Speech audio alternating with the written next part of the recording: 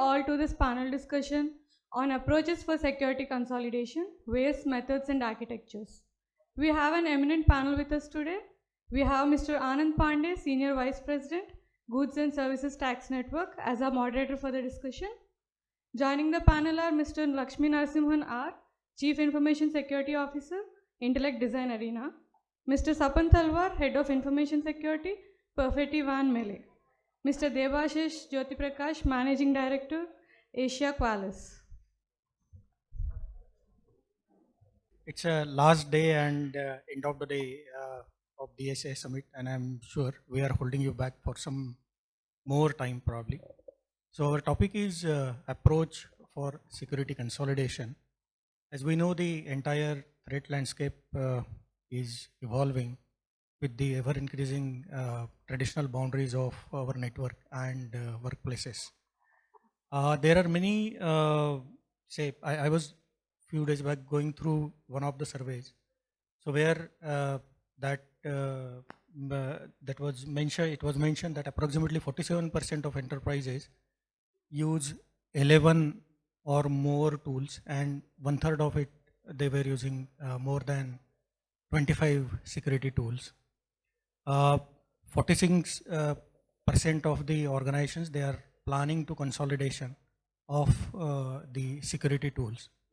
But then in this particular session, we will try to understand whether the security consolidation, what exactly about it is, and what are various approaches and techniques, what tools are available, and we'll try to learn from my co-panelists.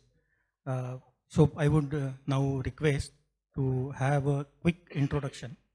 We'll start from Lakshmi. Before that, can I request everyone to come forward? Backbenchers, it's good to be seeing people near to your eyes, right? Thank you. Thank you very much. Okay, very good evening. I'm Lakshmi Narasimhan. I represent Intellect Design Arena. I'm a CISO there. Hi, good evening, everyone. I'm Sapan Talwar. I am a Group CISO at Perfetti Van Mele. Thank you. Hi everyone, good afternoon. I'm Debashish. I'm the MD India and VP Asia for Qualis. So hi, I am Anand, and I'm working as a CISO in Goods and Service Tax Network. Probably you may be aware. We are the kind of a service provider to government, where we enable all the tax filing activities for tax officers and taxpayers both. So I'll start with now with Lakshmi, that your views on establishing the security in current context and its challenges. Sure. So establishing security is the first thing that I think we should be talking about before even getting into the consolidation or anything of that sort. Right? So in today's context, first and foremost, how do we establish security in an organization? The first way is to come up with a robust policy. Policy is something every organization will definitely have, but the ingredients of the policy is even more important. And then next comes the stakeholder buy-in. The conflicts that we see today in different industries is because different stakeholders are not giving their full-fledged buy-in to the policy rollout or the program rollout that is being done by the security team. You need to make sure that the CTOs of the organization, the CFOs of the organization, the IT department of the organization, or any innovation center, center of excellence, anything that is there thriving within the company is aligned with the program objectives, and they are in tune with you so that you are taking them along so that your program and objectives are successful. That's the fundamental thing when we talk about ways in terms of how security can be established within the company. And when we move on to the methods part of it, anything and everything, the last 2-3 days we have been hearing about attack surface, so on and so forth. And that's something that we cannot ignore. Attack surface is something that we definitely have to look into from an ecosystem perspective, whether it's a small system or multi-dimensional systems. How are we going to factor the attack surface of it, and how are we going to include the threat model landscape from a system solution perspective?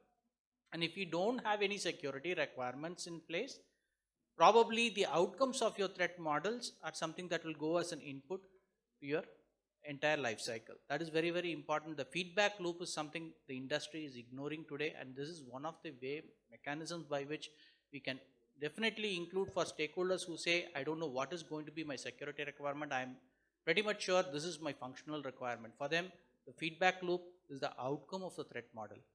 And we know there are scans, we know there are some frameworks, assessment methodologies, different things that are available. More than any number of tools, there is always a need for personal intervention where people are able to look through from their eyes and say whether things are better or not. Yes, tools and systems are reliable. More than anything, there is a need for intervention from people perspective. That is from a methods angle of it. From a technology angle of it, we talk about front-end technology, we talk about back-end technology, so on and so forth. Today, UI UX is more prominent than a full-stack developer, right? And when we talk about a technology lifecycle, how many of us are coming from a product background, product company background, managing the life cycle of a technology is the most complex thing. And especially if we are going to use an open source kind of a components, how do we manage the life cycle of the open source? Every now and then there will be some releases, there will be vulnerabilities. How are we going to ensure that that is being packaged back and it's being given to the customer? So that's very important from a technology aspect of it.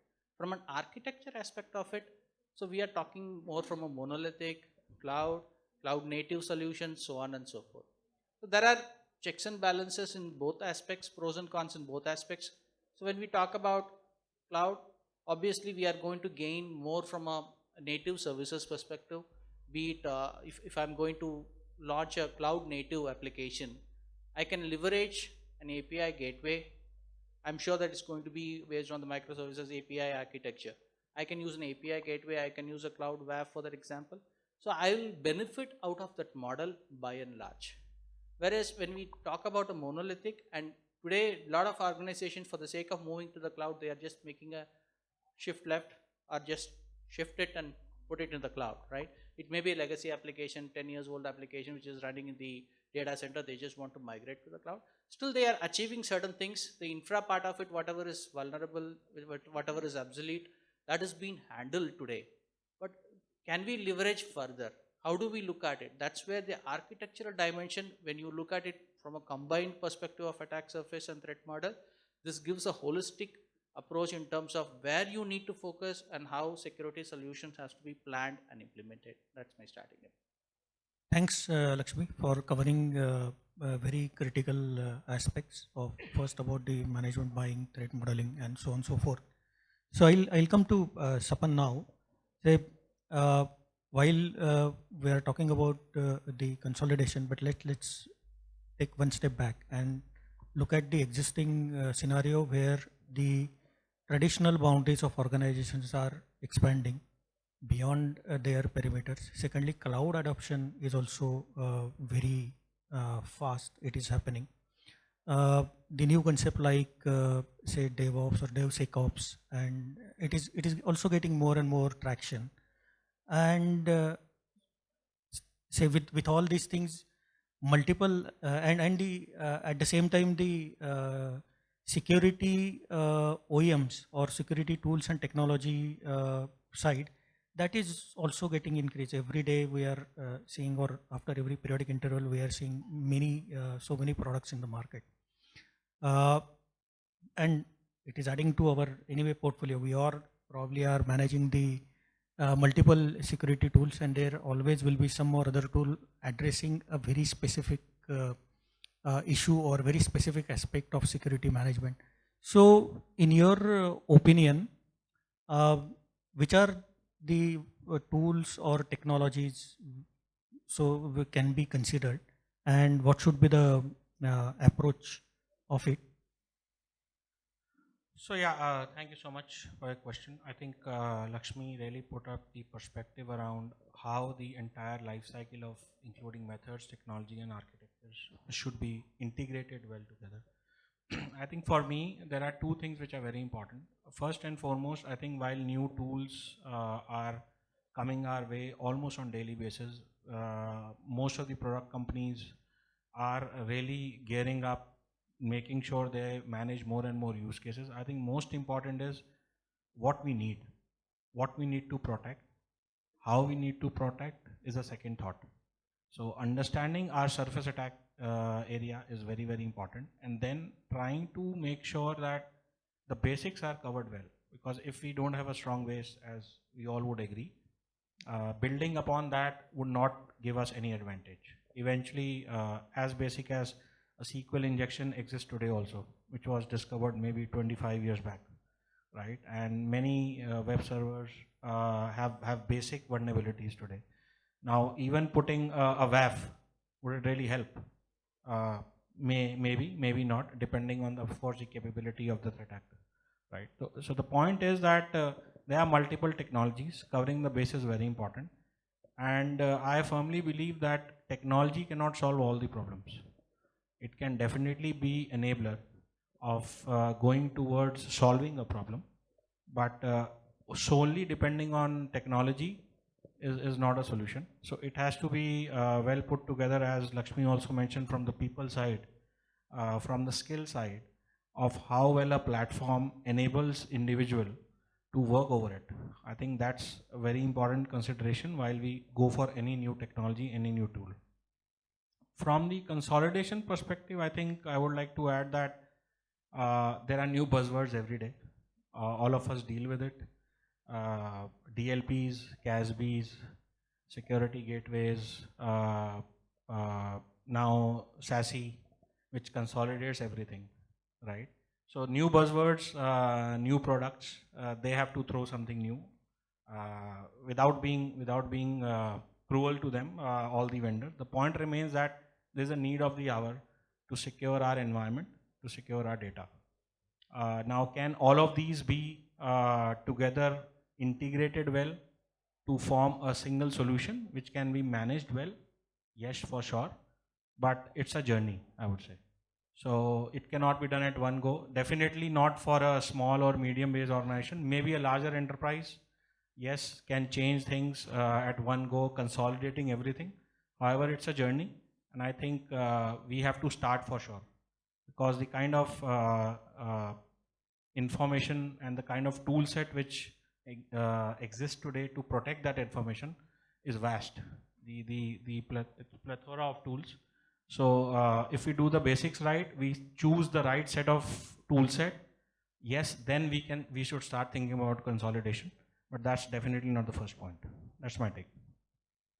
Yeah, thanks, Apan. You have touched on a few critical points, that know the first the surface area, and then decide what needs consolidation and what not. I'll then come to Debashish. So I would like to extend the point where the Lakshmi and Sapan, they have already covered some part of it, that it's not only technology which will, we should look at it when we are trying to consolidate, right? So how to see the security consolidation beyond tools and technologies? Will you put your thoughts around it? So my angle is, sir, a dollar saved is $1.33 earned, considering income tax, right? Any kind of efficiency improvement program you think of always thinks about consolidation, be it factory floors, be it industries, be it supply chain, right? So they'll talk about how they can consolidate effort, save effort, save money. In the context of cyber, all we want to do is to ensure that there is no data wastage. See, there are various teams in an organization doing various things, touching upon a lot of overlap. They're doing a lot of data wastage. So when it comes to security consolidation, it is not just about tool stack consolidation. It's also about consolidating teams, consolidating budgets, consolidating processes to make it more effective. The whole idea of making any spending on security was to go from putting lights and bulbs for every siloed equipment to being able to do something called as risk reduction, right? So in the effort towards risk reduction and the ever increasing fact, an everyday phenomenon where CISOs probably continue to get the last slice of budget, I think consolidation does help them a lot, but it is to Sapansar's point, when is consolidation necessary for you, when it's not helping you, is, see, you should not consolidate solely for the purpose of savings. It should also improve some efficiency. Now, nobody is going to consolidate for the sake of convenience. They're going to consolidate only when everything that they consolidate also has best of breed. Right? You don't want to mix and match things which which don't work well, right? Even without looking for buying more products or more processes from one single place, or increasing your dependence on one vendor that might become a single point of failure. We should think about whether or not we are adequately consolidated enough to respond faster. If the consolidation is not resulting in responding faster, that means something's gone wrong in the consolidation. And this is exactly what my discussion with CISOs today is. They're like, we want to consolidate. And they say, I want to consolidate. They're like, there's an angle of architecture. There's an angle of cost. Because the cost savings is going to help them do more projects, which they inevitably cannot stop. Then there is cost of talent. That also is increasing, right? So to accommodate. So there is enough reasons to consolidate. But outcome-driven planning is more important. My consolidation should result in the outcome that I thought was necessary. Sir put upon something around, which is an inventory challenge, right? Today, CIOs continue to question, saying, we have spent so much money in all kinds of projects, but if you were to ask me, give me a list of all machines where you are running vulnerable versions of Log4j, we still struggle for 10 days. And we are not very confident about our data. Right? That's not right. So we should have an ability to see where in the software lifecycle is an asset. The software inventory part of it. Deep dive. 32-bit, 64-bit. Open source, commercial, freeware. How risky? When was the last time this open source was updated? Is it a verified, validated developer or some unknown guy? Because if you look at open source, it's everywhere. It's also powering the Tesla rockets. Nobody knows, right? So whether or not you were able to achieve the right visibility because of your consolidation is key. Right. Well said. So now next, one more question. That okay? You talked about the silos and the multiple vendors and all. So in our organization also we have multiple vendors, multiple tools. I think most of us would also be facing challenge when it comes to the integrating those tools, right? And sometimes it feels that while we are trying to deploy the tools for enhancing the security, but at the same time we may be creating silos. So any views on how we can minimize those silos, one, and secondly,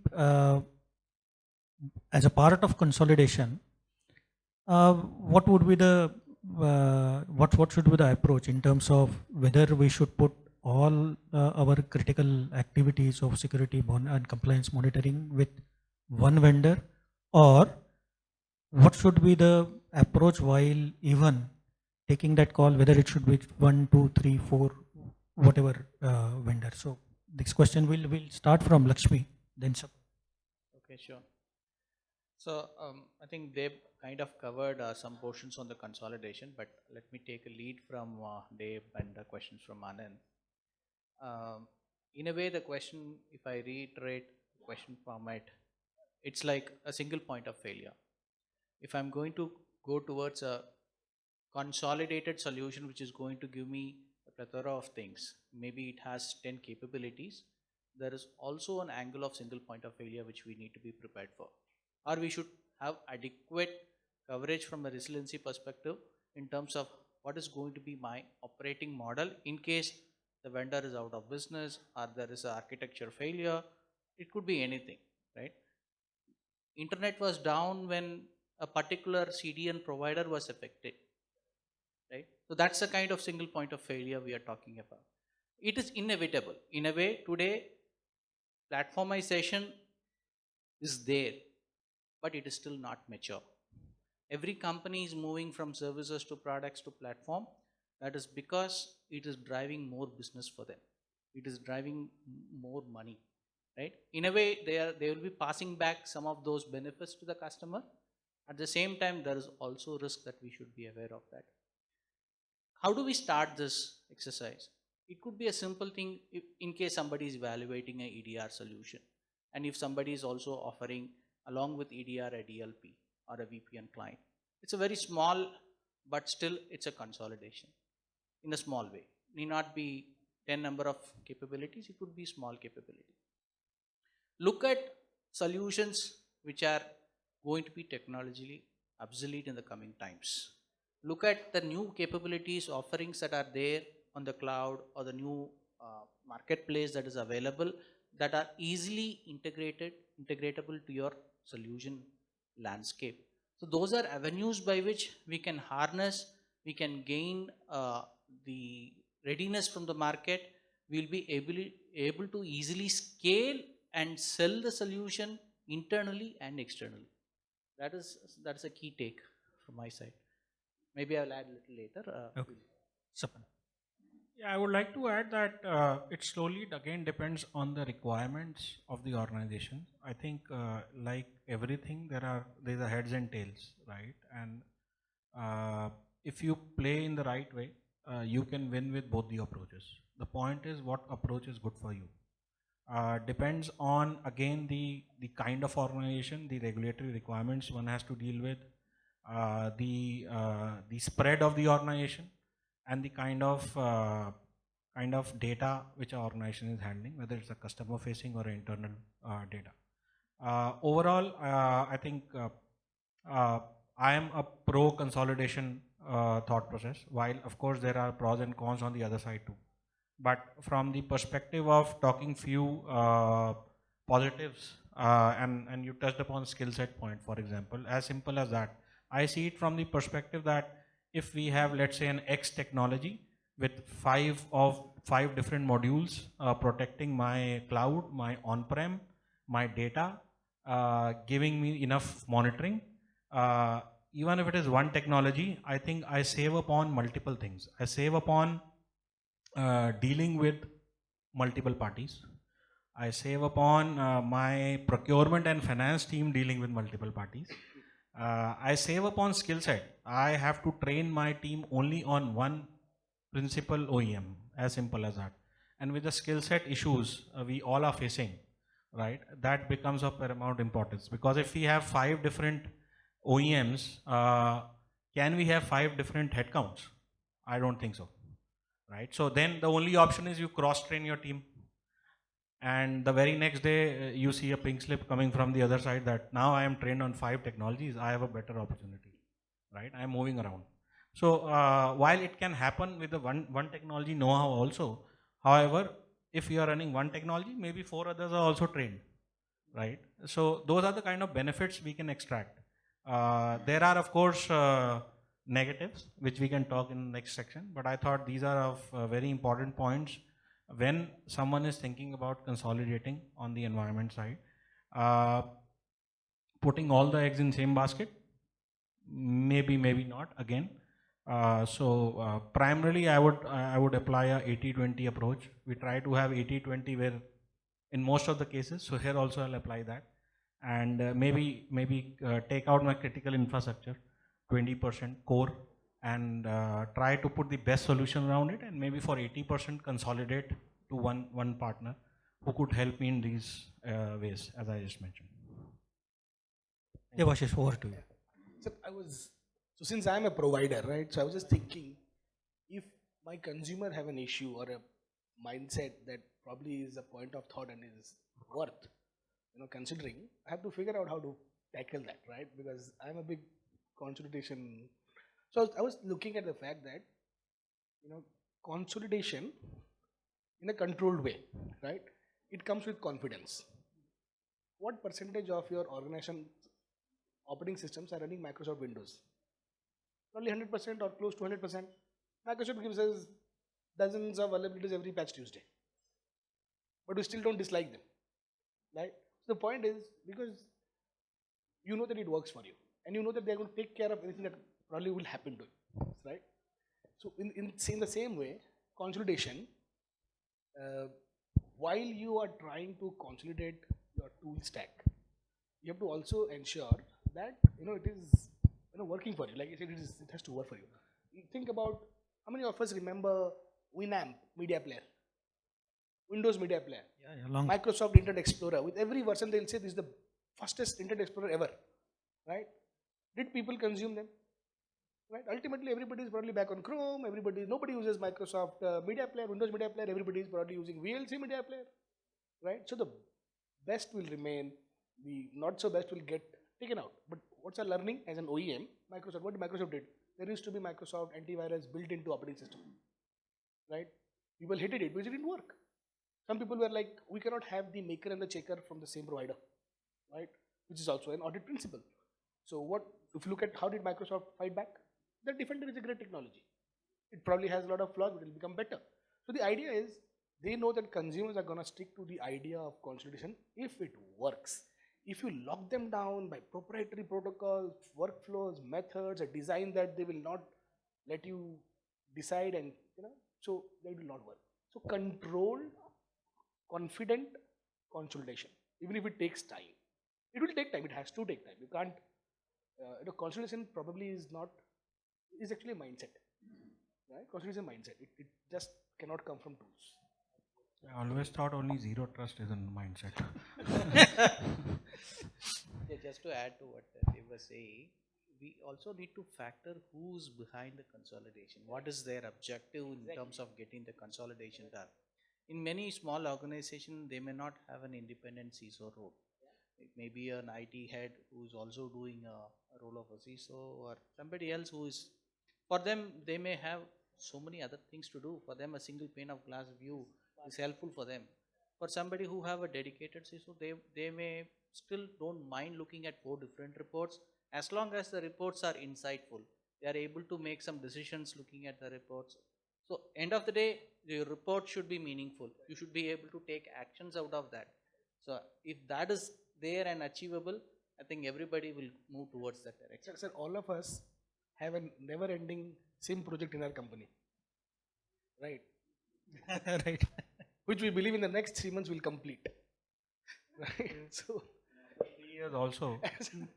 Like, okay, there is a bit of it left. exactly, still bit of it left. Credit card निकाला, swipe करने के लिए, SIM खरीदने के लिए, swipe ही कर रहे हैं. We are not able to put it back, right? So it is becoming like that. So I don't want consolidation to look like that. Let's not slap additional layer just to make it look the same color.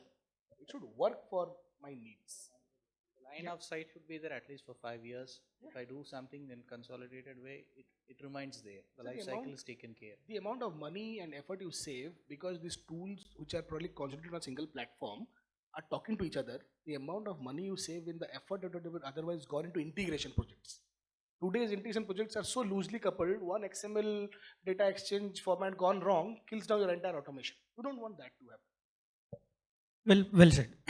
That while we all are, or most of us are thinking about consolidation in some or other way, we have started that journey and we are at certain level.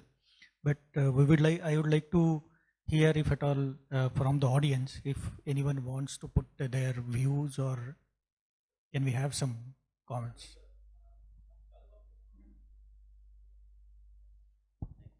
Hello, I'm Vicky Kalmande, a founder and CEO of Vicky Control, and my customers basically using my product Slick Bill. It's a GST billing software, and you are the GSTIN.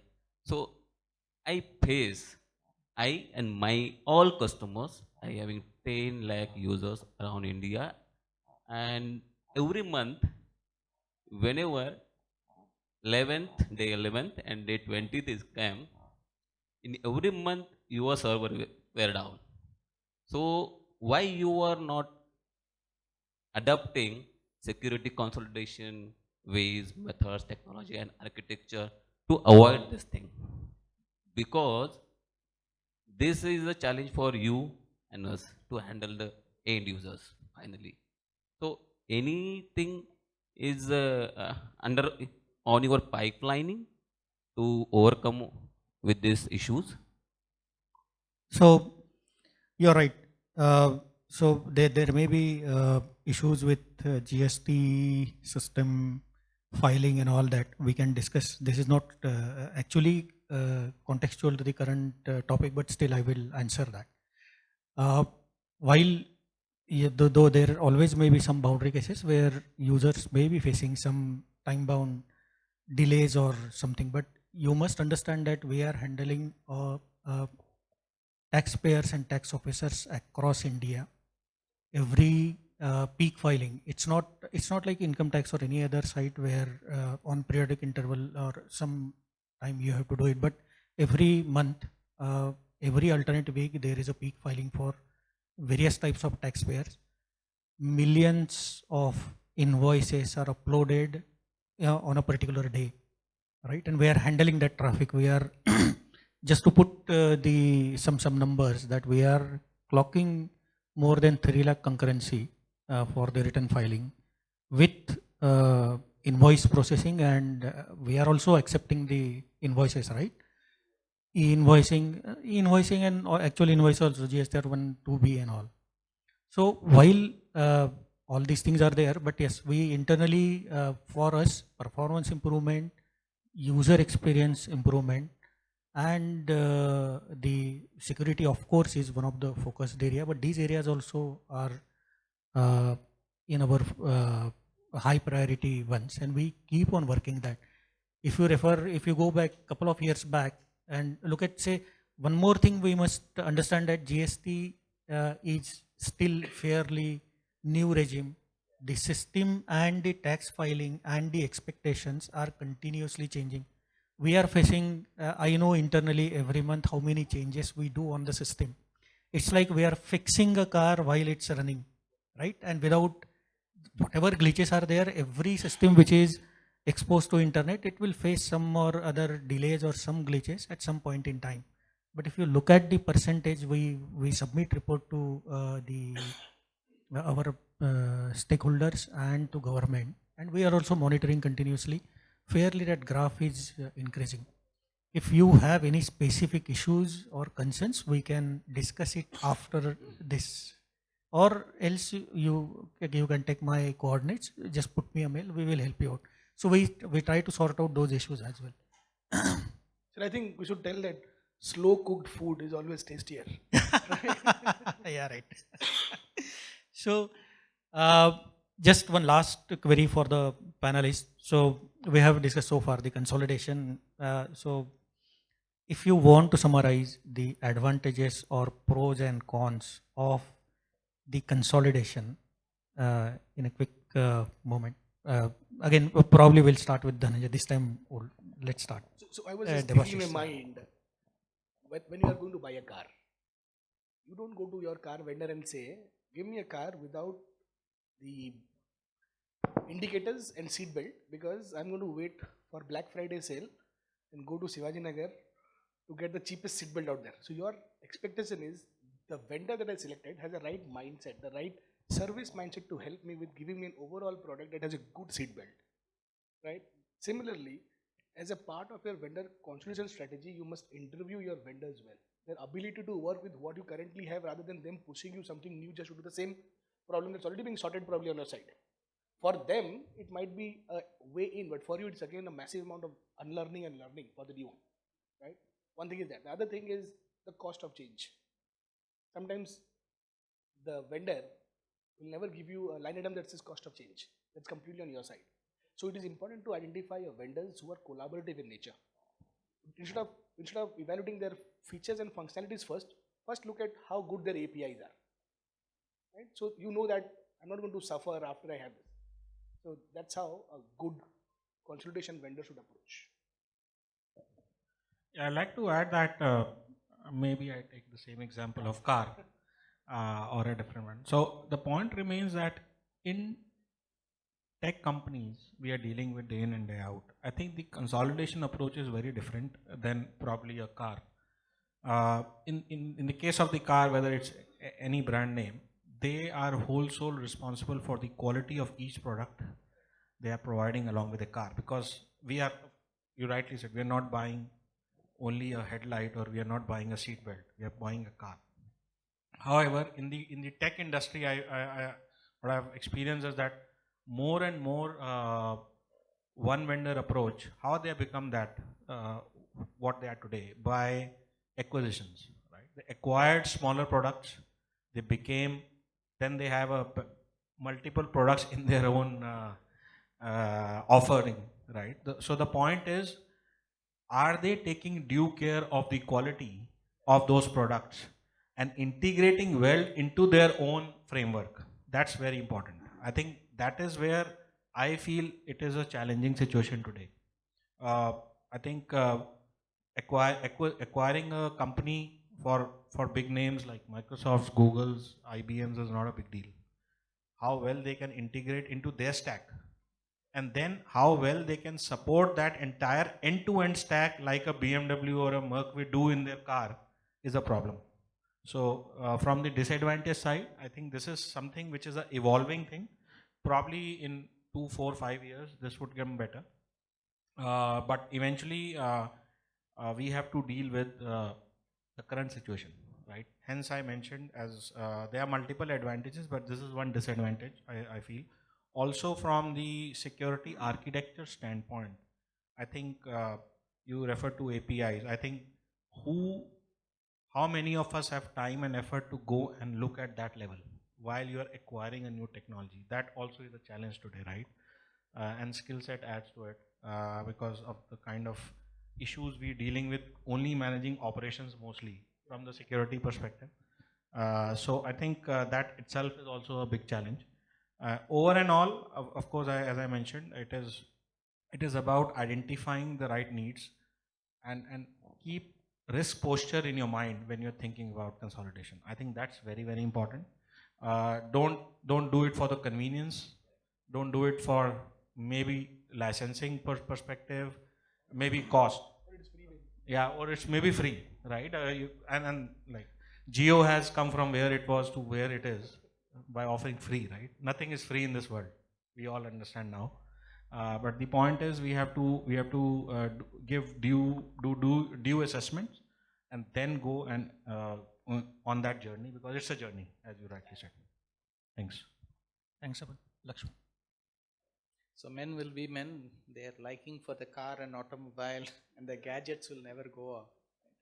So I'll just pick Chennai is also automobile hub. hub. Yeah. Everybody, almost everybody. Okay. So my 2 cents on this is, never do a consolidation or change of a vendor just because your competitor or your peer is doing that. Just because the industry is talking about particular solution or creating a buzzword in the market, it's not that we need to go ahead and get that done for our organization. You may have a solution which is already running perfectly fine for your needs. Just be happy with it. As long as your Honda or your Maruti is still able to take you where you want to go, be happy with it. It's the luxury. We are not going to drive a Lamborghini or a Ferrari on a day-to-day basis. We don't need that. So just think about what is really needed for the organization. How are we going to consume that tool? How is it going to make the lives better? How are we going to secure ourselves better because of bringing a new technology or a new tool into the place? That's what is more important for us. And with that, we'll be able to make a rational decision. So that is more important in my mind. Also, I think I missed the point, but I think the time it takes to consolidate should also be considered, because it's not a 1 day, 2 day, 1 month, 2 months process. And maybe considering the multiple tools as already running in the environment, there is a life cycle of renewals, then all those things come into picture. And of course, the CFO would not want, or the CEO would not want to waste even 1 cent, right? While you are giving a maintenance fee, or you have a license which is already acquired. So consider it and plan it well. I think planning is very important when you think of that consolidation journey, and of course executing it seamlessly. Yeah, I'm talking about the ideal situation. We all know that ideal situations are very less. However, if planning is done well, and thinking about your own requirements, as was mentioned by other panelists, I think that's very important. Mostly, as per the surveys done in past, it can take up to 2 years for a mid-size organization. So depending on the size of the organization, it is not a 1 year or a 1 quarter job for sure. Hey, thanks, sir. You want to add anything? I'm going to add a story here. There's a large company with 350,000 employees spread across India, but majorly in Noida and in Chennai. Their CIO office recently did an exercise. They found across their landscape, they have 26,000 unique software. Unique software. I'm not talking about version A, B, C. 26,000 unique software titles. They broke it down into additional telemetry around how many is open source, how many is commercial, how many have a life cycle, all these things. That the analytics was next level. The CIO said this is 26,000 ways of exposure. This is 26,000 ways I can be killed. Right?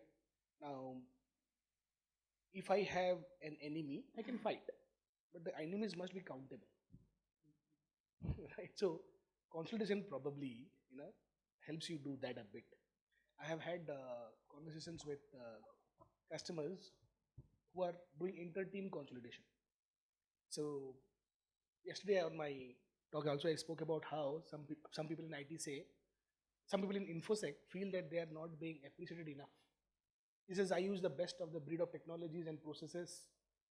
Given my team size of only 10 people, I found an infection in 3 hours. That was mean time to detect. And there was mean time to communicate to the team. The team is like, oh, this is, my CMDB says this product is not installed on the software. But I don't care about the CMDB. I found something which is verified. So that settling took a week. And remediation took forever. So my CISO is saying, how are you successfully able to fail a 90-day SLA despite detecting it in 4 hours? So I think consolidation is supposed to go solve that problem, right? So you find, you inventory, you assess, you find issues, you're able to fix faster. Whole idea is MTTR close to 0. Anything that lets you do that, follow it. Good people, good processes, good technologies, good consolidation, you should move on. Thanks for putting your view. Just to summarize the takeaway, that identify the landscape, have probably a view on whether consolidation is required or not. Then consider risk-based approach, have a good planning with an objective to minimize the MTTD and MTTR both. With this, I thank my co-panelists and all of you for your patient listening to us, and thank you very much. Thank you very much.